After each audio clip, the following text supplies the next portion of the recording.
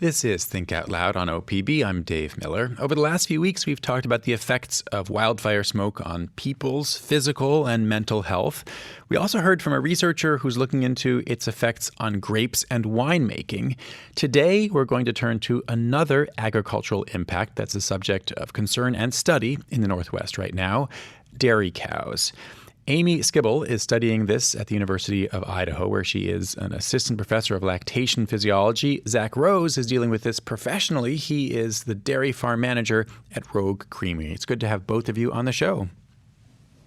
Thanks for having me. Thanks for having us. So, Zach Rose, first, how smoky has it been at your dairy on the worst days over the last few years? To the point of zero visibility, really.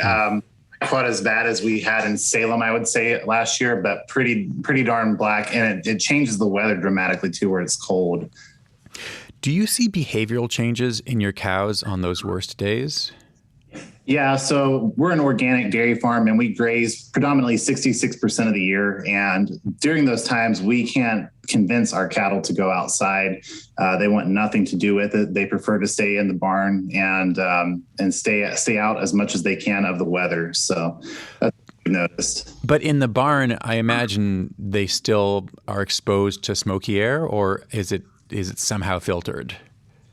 Well, it's not really filtered. It's still the same air that they would breathe outside, but the conditions in the barn are the food is there, the beds are nice and clean and dry, fresh water, and accessibility to the milking robots, all within 100 steps of one another. So they don't have to work nearly as hard to intake the feed they need on a day-to-day basis and to do their jobs.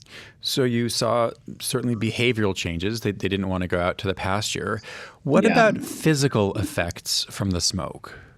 So two things that we've noticed and that I've noticed specifically in the last 4 years of working at Rogue Creamery is, we see an average of 2 to 5 pound drop per day per cow during really, really smoky conditions. The other effect that we've seen specifically in 18 more so than 19, 20, and 21 was pneumonia. You notice when it's really heavy that it's hard for you to breathe, but you don't really take that into consideration for pets or animals as well. That's something that we've noticed was, huge in 18. And what we've done to change is we've really pushed making sure that we're getting our vaccines in for both 3 or 4 different types of pneumonia that we can vaccinate for, but also just making sure that we are constantly making sure they have a clean, dry place to sleep, fresh water. The water troughs get cleaned twice a day, fresh food twice a day, and that everything is just as clean and as sterile as it can be to reduce the other effects that can contribute to pneumonia. What does pneumonia mean for a cow? So it's very similar in terms of what it does to a human. I mean, it takes a lot out of them, especially in their lungs. But what it does is that, for us, we're organic. So treatment is a last course of opportunity to do anything for a cow. It's humane to treat the animal, but then we're, then forced to sell it to another dairy farm who's conventional or to slaughter. And so for us, it's not an affordable method to let that go. So vaccinating and again, keeping everything clean and dry and, keeping the cows as comfortable as possible is our ultimate goal at the end of the day. Amy Skibble, my understanding is that you came to the University of Idaho from Florida, where I imagine smoke wasn't near the top of the list of concerns for dairy farmers. That is correct. And in fact, in Florida, I was studying heat stress, which is much more of a prevalent issue in Florida than smoke. So what convinced you to start to look into the effects of smoke on dairy cattle?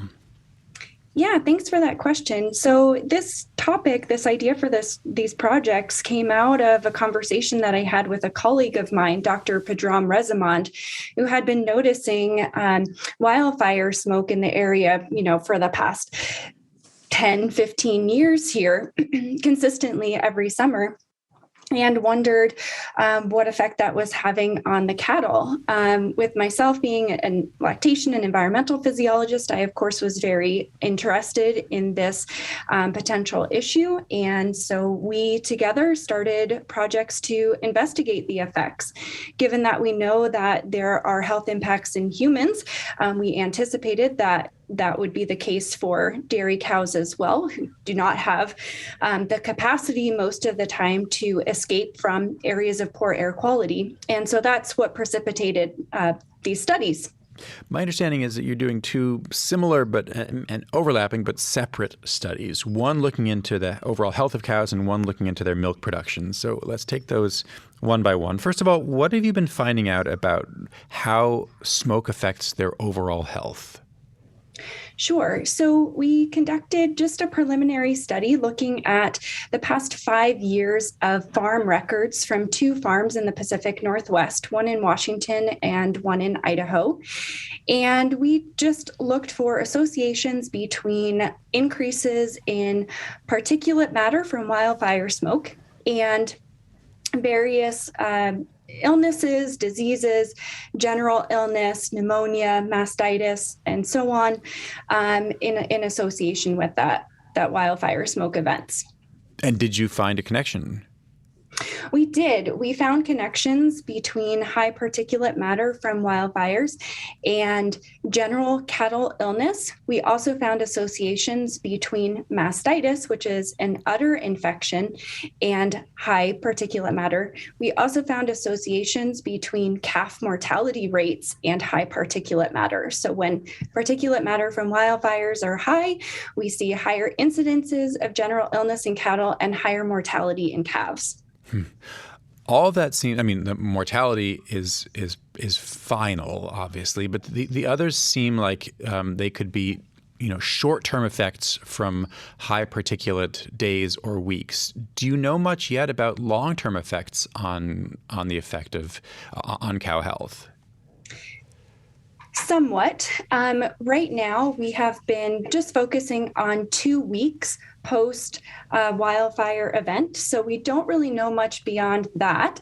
However, there are some other studies in dairy cattle, just a couple, that have looked at just general ambient air pollution and associations with cattle illness and mortality. And they found that there were long-term effects weeks, if not months after high particulate matter. But again, that was particulate matter from ambient air pollution, not from wildfires. We know that there are obviously differences in the composition of air pollutants depending on the source. And so we really need to be studying the effects of wildfire smoke specifically. That's going to have a different signature of air pollutants. What did you find in terms of milk production?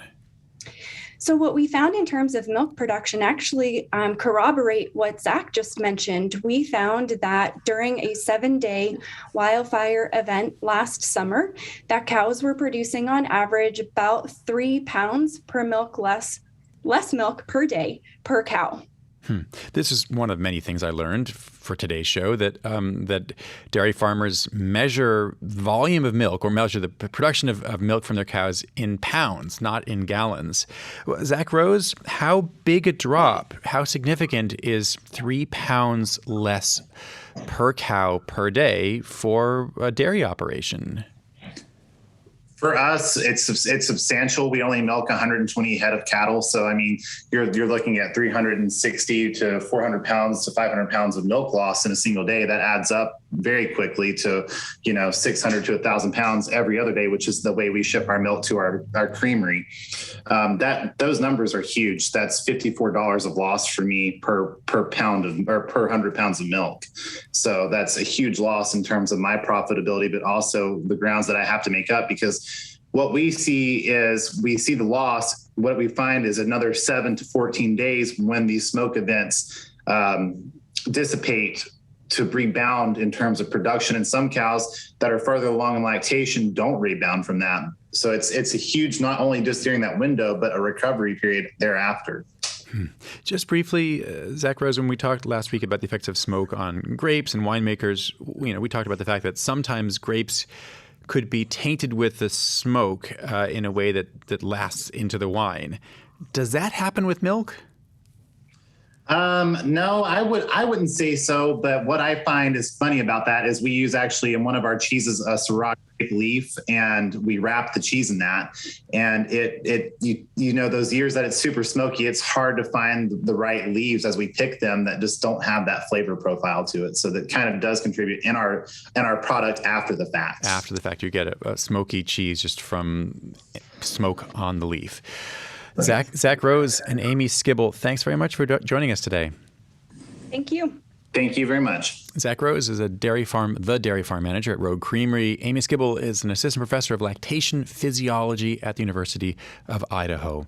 Tomorrow on the show, the Texas law prohibiting most abortions is expected to give rise to new restrictions in other conservative states that could mean more people crossing state lines to get care.